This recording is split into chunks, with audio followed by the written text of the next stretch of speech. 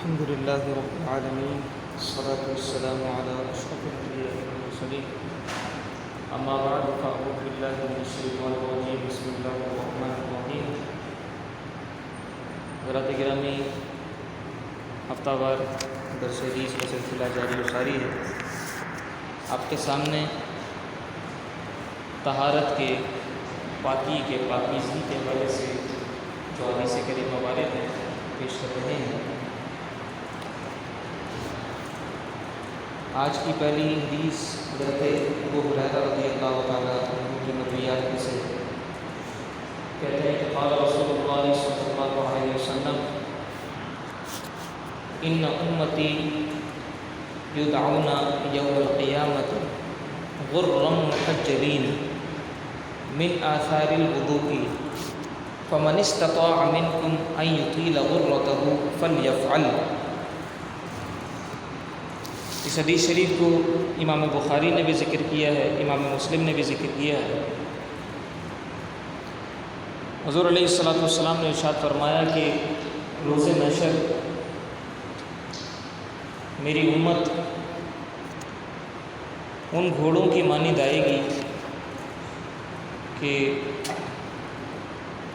جن کے ہاتھ پیر سفید ہوتے ہیں بالکل۔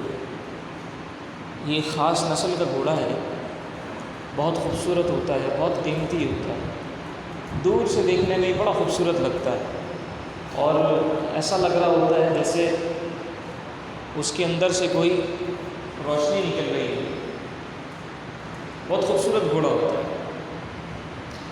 تو اس کی تمثیل اللہ کے رسول نے بیان فرمائی، اس کی مثال دے کر بیان فرمایا کہ جیسے وہ بڑا اچھا اور خوبصورت ہوتا ہے، اس طریقے سے میری جو امت ہے وہ روز محشر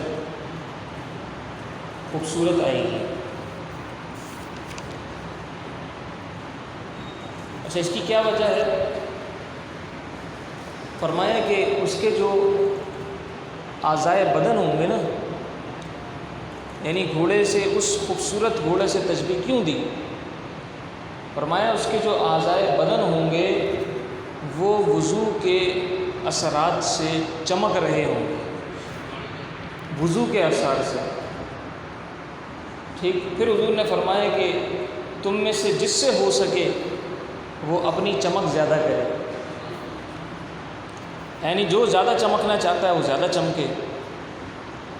تو طریقہ بتا دیا ہے چمکنے کا۔ چمکنے کا طریقہ ہے وضو۔ جیسے آج دنیا میں لوگ کریم استعمال کرتے ہیں، میک اپ کرتے ہیں اور جناب اپنی سرجری کرواتے ہیں، نہ جانے کیا کیا کرتے ہیں خوبصورت لگنے کے لیے، اچھے کپڑے پہنتے ہیں۔ تو وہاں خوبصورتی اس طرح ہوگی کہ جس نے دنیا میں اچھی طرح وضو کیا ہوگا اس کے جو اعضائے وضو ہیں، چہرہ ہے، ہاتھ ہے، پیر ہیں، اس کے اعضائے وضو خوب چمک رہے ہوں گے، لائٹ مار رہا ہوگا۔ تو جس سے ہو سکے وہ اپنی چمک کو زیادہ کرے۔ اچھا، پچھلی امتوں نے بھی ظاہر وضو کیا، لیکن یہ جو نور کا معاملہ ہے کہ اعضائے وضو جو ہے وہ چمک رہے ہیں اور ایک نور آ رہا ہے، یہ اس امت کا خاصہ ہے، یہ اس امت کی خصوصیت ہے۔ پچھلی امتوں نے بھی وضو کیا، لیکن وضو سے یہ نور آ جانا یہ اس امت کا خاصہ ہے۔ اور پھر حضور علیہ السلام جو اپنی امت کو پہچانیں گے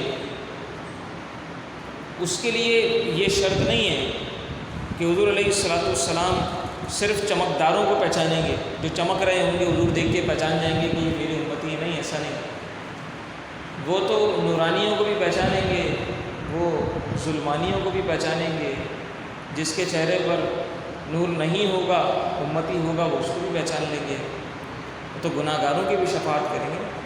شفاعتی لأہل الکبائر من امتی، حضور نے فرمایا کہ میری شفاعت تو ہے ہی ان لوگوں کے لیے جو میری امت کے کبیرہ گناہ کرنے والے لوگ ہیں۔ تو کبائر والے، صغائر والے سب کو آقا جو ہے بخشوائیں گے اور سب کی شفاعت فرمائیں گے۔ تو حضور کا کسی کو پہچاننا اس کے اوپر موقوف نہیں ہوگا۔ اچھا، چمک زیادہ کرنے کا کیا مطلب ہوا؟ چمک زیادہ کرنے کا مطلب ایک تو یہ بھی ہو سکتا ہے کہ وہ کثرت سے وضو کیا کرے، نمازوں کے لیے تو وضو کرے ہی کرے، نمازوں کے علاوہ بھی باوضو رہنے کی کوشش کرے۔ یہ ہو گیا چمک زیادہ کرنے کا، جیسے وضو ٹوٹا فوراً سے وضو کر لیا، ٹھیک۔ اچھا، وضو کے اوپر بھی وضو کیا جا سکتا ہے۔ کسی کا وضو ہے نماز کے لیے، وہ چاہ رہا ہے کہ میرا تو وضو ہے، وہ اس کے اوپر ایک اور وضو کر لیں، ٹھیک ہے، اس کا بھی اجر ہے، وہ بھی انشاءاللہ حدیث آئے گی، آج آپ کے سامنے ہم پیش کریں گے۔ تو وضو کے اوپر وضو بھی کیا جا سکتا ہے، یہ بھی ایک طریقہ ہو سکتا ہے۔ اچھا، اس کا مطلب یہ بھی ہو سکتا ہے کہ اچھی طریقے سے اپنے اعضاء کو تین مرتبہ دھو، ایک مرتبہ دھونے سے فرض ادا ہو جاتا ہے، 3 مرتبہ دھونا سنت ہے۔ اچھی طریقے سے دھوئے، کہیں کوئی کسی قسم کی کمی نہ رہ جائے، داڑھی کا خلال کرے، انگلیوں کا خلال کرے، وغیرہ وغیرہ، یہ سارے معنی اس کے ہو سکتے ہیں۔ اگلی حدیث شریف حضرت عمر ابن خطاب رضی اللہ تعالی عنہ کی روایت ہے، کہتے ہیں کہ قال رسول اللہ صلی اللہ علیہ وسلم ما منکم من احد یتوضأ فیبلغ او فیسبغ الوضوء ثم یقول اشہد ان لا الہ الا اللہ وان محمد عبدہ ورسولہ۔ حضرت عمر ابن خطاب رضی اللہ تعالیٰ عنہ سے مروی یہ کہتے ہیں کہ رسول اللہ صلی اللہ تعالیٰ علیہ وآلہ وسلم نے ارشاد فرمایا کہ تم میں سے جو کوئی بھی اچھی طرح وضو کرے اور پھر اس کے بعد یہ کہے اشہد ان لا الہ الا اللہ وان محمدا عبدہ ورسولہ، اور ایک روایت میں الفاظ یہ ہیں کہ اشہد ان لا الہ الا اللہ وحدہ لا شریک لہ واشہد ان محمدا عبدہ ورسولہ، یعنی جو ہمارا دوسرا کلمہ ہے، کلمہ شہادت، یہ الفاظ ہیں۔ فرمایا کہ جو اچھی طرح وضو کرے اور اچھی طرح وضو کرنے کے بعد یہ دوسرے کلمہ شہادت والے الفاظ کہہ دے، الا فتحت لہ ابواب الجنت الثمانیہ، اس کے لیے جنت کے 8 دروازے کھول دیے جائیں گے، اس کے لیے جنت کے 8 دروازے کھول دیے جائیں گے، یدخل من ایہا شاء قضا، کہ جس دروازے سے وہ چاہے جنت میں داخل ہو جائے، جنت کے 8 دروازے اس کے لیے کھل جائیں گے، وہ جس دروازے سے چاہے جنت میں داخل ہو جائے۔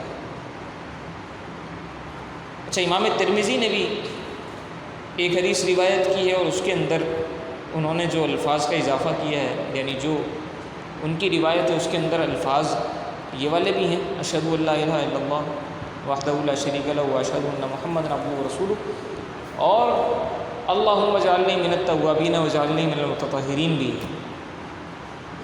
یعنی یہ بھی پڑھ لیں، یہ پڑھ لیں، یہ پڑھ لیں، ٹھیک۔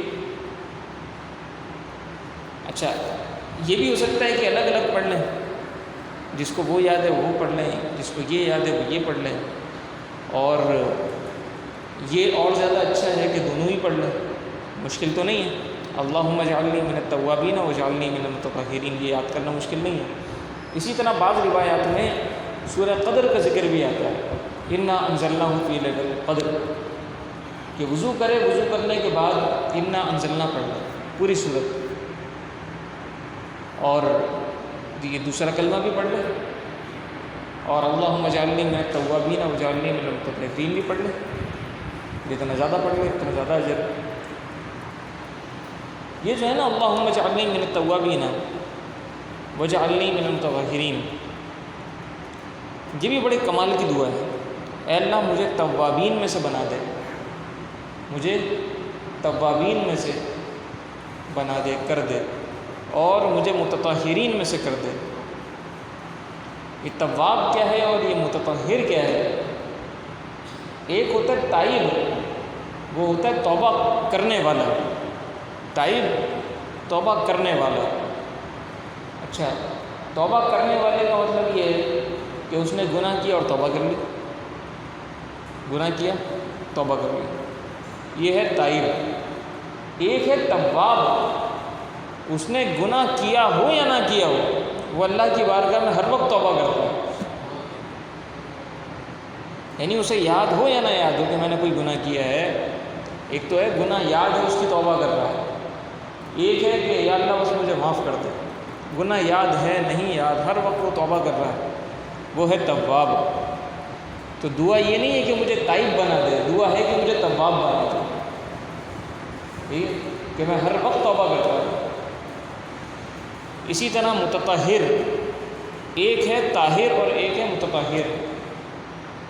طاہر کا مطلب ہے کہ جو ظاہری طور پر پاک ہو، ظاہری طور پر پاک صاف ہو، اور ایک ہے متطہر جو ظاہراً بھی پاک ہو اور باطناً بھی پاک ہو، جس کا ظاہر اور باطن دونوں پاک ہو۔ تو دعا یہ نہیں کر رہے ہیں اللہ سے کہ اللہ مجھے تو طاہر بنا دے، میرے ظاہر کو پاک کر دے، بلکہ دعا یہ ہے کہ مجھے متطہر بنا دے، میرا ظاہر بھی پاک ہو جائے، میرا باطن بھی پاک ہو جائے۔ تو یہ بڑی اچھی دعا ہے، اللہم اجعلنی من التوابین واجعلنی من المتطہرین، یہ پڑھ لیں اور دوسرا کلمہ پڑھ لیں، انا انزلناہ فی لیلۃ القدر پڑھ لیں۔ کسی کو یاد نہ ہو تو اس کو یاد کر لیں۔ ایک حدیث شریف میں حضرت ابو بکر صدیق رضی اللہ تعالیٰ عنہ کی بھی یہ خصوصیت آتی ہے کہ سیدنا ابو بکر صدیق رضی اللہ تعالیٰ عنہ کے لیے جنت کے 8 دروازے کھلیں گے، اور آپ کو جو ہے وہ کہا جائے گا کہ جس دروازے سے آپ چاہیں داخل ہو جائیں۔ ایسا جنت کے 8 دروازے کھولنے کا کیا مطلب ہے؟ بھئی داخل تو ایک ہی دروازے سے ہونا ہے، 8 دروازوں سے انسان تو نہیں داخل ہو سکتا، تو ایک ہی دروازے سے داخل ہوگا۔ یہ 8 دروازے کیوں کھلے ہیں؟ داخل تو یقیناً وہ ایک ہی دروازے ہوگا، لیکن 8 دروازے کھل جانا یہ اس کے لیے اعزاز کی بات ہے، اس کے لیے اعزاز کی بات ہے۔ اس کو یہ اعزاز عطا کیا جائے گا کہ دیکھو تمہارے لیے سارے دروازے کھلے ہوئے ہیں، اور ہر دروازے سے اسے پکار ہو رہی ہے، تو ظاہر اس کے لیے اعزاز کی بات ہے۔ وہ کہے گا آپ یہاں سے آ جاؤ، وہ کہے گا آپ یہاں سے آ جاؤ، وہ کہے یہاں سے آ جاؤ، یہ اعزاز کی بات ہے اس کے لیے۔ تو اس لیے یہ تذکرہ آتا ہے کہ جنت کے 8 دروازے کھل جائیں گے، جس دروازے سے چاہے وہ داخل ہو جائے۔ اگلی روایت حضرت ابو ہریرہ رضی اللہ تعالیٰ عنہ کی، کہتے ہیں کہ قال رسول اللہ صلی اللہ علیہ وسلم تبلغ الحلیۃ من المؤمن حیث یبلغ الوضوء، کہ جہاں جہاں تک وضو کا پانی پہنچے گا وہاں وہاں تک مومن کا زیور ہو جائے گا۔ ٹھیک ہے، مومن کا زیور، جیسے ابھی حدیث شریف ایک گزری تھی کہ اعضائے وضو اس کے چمک رہے ہوں گے، تو گویا زیور کیا کرتا ہے؟ زیور خوبصورت بناتا ہے، زیور چمکاتا ہے انسان کو۔ تو اس طریقے سے وہ اس کا زیور بن جائے گا، وہ اس کے اعضاء چمک رہے ہوں گے۔ اب دنیا میں تو مسلمان مرد کو سونا پہننا، زیور پہننا حرام ہے نا، اس کی بہت ساری وجوہات ہیں۔ ان میں سے ایک وجہ یہ ہے کہ کہیں ایسا نہ ہو کہ وہ زنانہ اس کے اندر عادتیں آ جائیں، یا وہ جو ہے دنیا کا پجاری ہو جائے، دنیا کی ہوس میں لگ جائے۔ اگر مردوں کے لیے سونا جائز ہوتا تو سوچیں، مردوں کے اندر جو دکھاوا ہے عورت کے اندر بھی ہے، لیکن زیادہ باہر نکلنا تو مرد کا ہوتا ہے۔ اچھی سے اچھی شرٹ پہننا اور اچھے سے اچھے بال بنانا، ایک دوسرے سے آگے نکلنا، ایک دوسرے سے اچھا موبائل لینا، ایک دوسرے سے اچھی گاڑی لینا، اس کو دکھانا، اس کو جلانا۔ وہ کہیں گیا ہے گھومنے تو اس سے اچھی جگہ جانا، وہ کسی ریسٹورنٹ میں کھانا کھایا اس سے اچھی جگہ کھانا کھانا، پھر تصویریں لینا اور پھر اس کو دوسروں کو بھیجنا اور ایک دوسرے سے مسابقت کرنا۔ اگر مرد کو بھی سونا پہننا جائز ہوتا، روا ہوتا، تو اندازہ کریں کہ اس دور میں کیا حال ہوتا۔ موٹے موٹے ہار چڑھے ہوتے اور مہنگے مہنگے جو ہے، کسی نے کڑے پہنے ہوتے تو کسی نے بندے پہنے ہوتے اور نہ جانے کیا کیا پہنے ہوتے۔ تو ایک تو زنانہ عادتیں اس کے اندر نہ ہوں، دوسرا وہ اس کا پجاری نہ ہو جائے، ہوس کا، پیسوں کا۔ ان ساری وجوہات کی بنا پر مرد کو ان چیزوں سے بچایا گیا ہے کہ وہ اپنے کام پر فوکس کرے، اس کو اپنے گھر کو سنبھالنا ہے، اور خصوصاً جذبہ جہاد اس کا نام ہے۔ جہاد کے لیے مردانگی چاہیے ہوتی ہے۔ اگر زنانہ کام شروع کر دیں تو پھر جہاد کے لیے وہ تیار نہیں ہو پاتا۔ جہاد کے لیے جب پکار آئے تو انسان اپنی پوری مردانہ شجاعت سے، بہادری سے اور دلیری سے لبیک ہے۔ اگلی حدیث شریف حضرت ثوبان رضی اللہ تعالیٰ عنہ کی روایت ہے، کہتے ہیں کہ قال رسول اللہ صلی اللہ علیہ وسلم استقیموا ولن تحصوا واعلموا ان خیر اعمالکم الصلاۃ ولا يحافظ علی الوضوء الا مؤمن۔ امام مالک نے اس حدیث کو روایت کیا ہے، امام ابن ماجہ نے روایت کیا ہے، امام احمد نے روایت کیا ہے اپنے مسند کے اندر حضور علیہ الصلوۃ والسلام نے ارشاد فرمایا کہ سیدھے رہو مگر تم یہ نہ کر سکو گے، سیدھے رہو مگر تم یہ نہ کر سکو گے، اور یہ جان لو کہ تمہارا بہترین عمل نماز ہے، جان لو تمہارا بہترین عمل نماز ہے۔ اور پھر فرمایا کہ وضو کی حفاظت مومن ہی کرتا ہے۔ یہ جو حضرت ثوبان ہے ان کی پہلی روایت ہے، اب تک اس سے پہلے ان کی کوئی روایت نہیں گزری۔ حضرت ثوبان رضی اللہ تعالیٰ عنہ یہ حضور علیہ الصلوۃ والسلام کے آزاد کردہ غلام ہیں۔ یہ سفر میں، حضر میں، ہر جگہ حضور کے ساتھ ساتھ رہے، اور جب حضور علیہ الصلوۃ والسلام نے پردہ فرمایا تو پھر یہ شام چلے گئے، پھر حمص چلے گئے، اور پھر جو ہے وہ 54 ہجری میں ان کا وصال ہوا۔ اچھا، سیدھے رہو سے کیا مراد ہے؟ سیدھے رہو کا مطلب یہ ہے کہ عقائد میں، عبادات میں، معاملات میں، نظریات میں، حقوق العباد میں، ہر چیز میں تم سیدھے سیدھے چلتے رہو، سیدھے سیدھے چلتے رہو۔ سیدھے سیدھے کا مطلب کیا ہے؟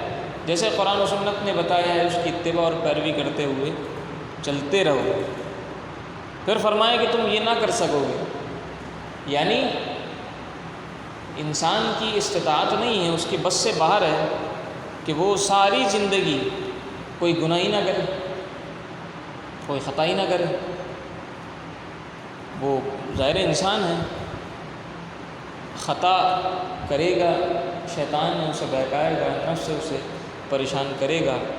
معصوم تو نہیں ہے، معصوم الخطا تو نہیں ہے کہ شیطان کے وہ ہتھ کنڈوں سے پاک ہے اور نفس کے دھوکوں سے پاک ہے، بلکہ شیطان اسے بہکائے گا، وہ بہک جائے گا، لیکن لوٹ پھر کے پھر دوبارہ اپنے رستے پر آ جائے۔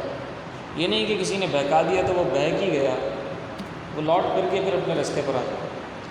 تو فرمایا کہ سیدھے سیدھے چلتے رہو، لیکن تم یہ نہ کر سکو گے، یعنی تمہیں کوئی بہکائے گا تم بہک جاؤ گے، لیکن کوشش یہ کرو کہ اپنے رستے کو نہ چھوڑو، ذرا سی بھی جو ہے وہ کسی قسم کی کوتاہی، غفلت اور خطا تم سے سرزد نہ ہو۔ پھر فرمایا کہ تمہارا بہترین عمل نماز ہے، بالکل ایسا ہی ہے۔ نماز فرمایا کہ یہ مومن کی معراج ہے، فرمایا کہ یہ ایسا ہے کہ جس نے اسے قائم کیا اس نے دین کو قائم کیا، اور جس نے اسے ڈھا دیا اس نے دین کو ڈھا دیا۔ یہ پلر ہے، یہ ستون ہے، دین کا ستون ہے یہ۔ جس نے اسے ڈھا دیا اس نے دین کو ڈھا دیا، اور جس نے اسے قائم کیا اس نے دین کو قائم کیا۔ تو اب دیکھیں نا نماز کی اہمیت۔ دیگر سارے اعمال، روزہ ہے، زکوٰۃ ہے، حج ہے، وہ سب یہاں زمین پر فرض ہوئے ہیں، نماز کا تحفہ عرش پر بلا کر دیا گیا۔ یہ اتنی خاص چیز ہے، عرش پر بلا کر اس کا تحفہ دیا گیا ہے۔ ٹھیک، اچھا، یہ تو تحفہ دیا گیا، لیکن تحفے کو ہم نے اپنے لیے مشکل سمجھ لیا، اور ہم نے اس کو اپنے لیے وزن سمجھ لیا۔ ہم ذرا تصور کریں کہ ہم کسی کو اگر تحفہ دیں اور وہ اس کو بوجھ سمجھے، وہ اس کو وزن سمجھے، تو ہم پر کیا گزرے گی؟ ہم کہیں گے کہ ایک تو تمہیں تحفہ دیا، ایک تو تمہیں معراج کا ہم نے جو ہے وہ معراج کا تمہیں ایک رستہ دے دیا، معرفت کا ایک رستہ دے دیا، خدا تک پہنچنے کا ایک رستہ دے دیا، اور تم جو ہے وہ اس کو بوجھ سمجھ رہے ہو۔ تو یہ تو ہمارے لیے تحفہ ہے جسے ہم نے اپنے اوپر بوجھ سمجھ لیا۔ تو نماز واقعی ایسی چیز ہے، اگر یہ درست ہو جائے نا، نماز اگر درست ہو جائے تو سارے عمل درست ہو جائیں، سب ٹھیک ہو جائے گا۔ اگر نمازیں ٹھیک ہو جائیں گی تو سب ٹھیک ہو جائے گا۔ نماز وقت پہ پڑھنے لگ جائیں، باقی سارے اعمال، ملنا جلنا، کھانا پینا، سونا جاگنا، حقوق العباد، سب بالکل اپنی روٹین پر آ جائیں گے۔ پاکی ہے، ٹھیک ہے، کپڑوں کا اچھا ہونا ہے، نظیف ہونا ہے، صاف ستھرا ہونا ہے، سب بالکل درست چلے گا اگر انسان نماز کی پابندی کرے۔ پھر فرمایا کہ وضو کی حفاظت مومن ہی کرتا ہے، یعنی جو مومن کامل ہوتا ہے وہ ہمیشہ حالت وضو میں رہتا ہے، اور جب وضو کو کرتا ہے تو کوشش کرتا ہے میں اپنے وضو کو محفوظ رکھوں، اس سے میں اور عبادت کر لوں. ٹھیک ہے. آخری حدیث شریف آج کی حضرت ابن عمر، عبداللہ ابن عمر رضی اللہ تعالیٰ عنہ، حضرت عمر ابن خطاب رضی اللہ تعالیٰ عنہ کے صاحبزادے کہتے ہیں کہ قال رسول اللہ صلی اللہ تعالیٰ علیہ وسلم من توضأ علی طہر کتب لہ 10 حسنات. امام ترمذی نے روایت کی ہے. حضرت عبداللہ ابن عمر رضی اللہ تعالیٰ عنہ فرماتے ہیں کہ رسول اللہ صلی اللہ تعالیٰ علیہ وآلہ وسلم نے فرمایا کہ جو پاکی پر وضو کرے اس کے لیے 10 نیکیاں لکھی جائیں گی. جو وضو پر وضو کرے اس کے لیے 10 نیکیاں. یہ وہی بات ہے جو میں نے ابھی کچھ دیر پہلے کہی تھی کہ اس سے مراد یہ بھی ہو سکتا ہے چمک زیادہ کرنے سے مراد کہ وضو ہے لیکن پھر بھی انسان جب نماز کا وقت ہو گیا وضو ہونے کے باوجود بھی وضو کر لے. سردی میں وضو کا تو زیادہ اجر ہے. مشکل میں جیسے گزرا بھی تھا ایک حدیث شریف میں، مشکل میں وضو کا زیادہ اجر ہے، یعنی پانی دستیاب نہیں ہے، سردی ہو رہی ہے، اور کوئی وجہ ہے کہ انسان کسی پانی خرید کے وضو کرنا پڑتا ہے یا اور کسی طریقے سے وضو نہیں کر پا رہا لیکن پھر بھی کر رہا ہے، تو یہ جو ہے وہ زیادہ اجر ہے. یہ مستحب بات ہے. اگر کسی نے وضو پر وضو کیا تو اس کے لیے 10 نیکیاں ہیں، اجر ہے. لیکن اگر کسی نے وضو پر وضو نہیں کیا بلکہ اس نے جو ہے وہی والا جو اس کا وضو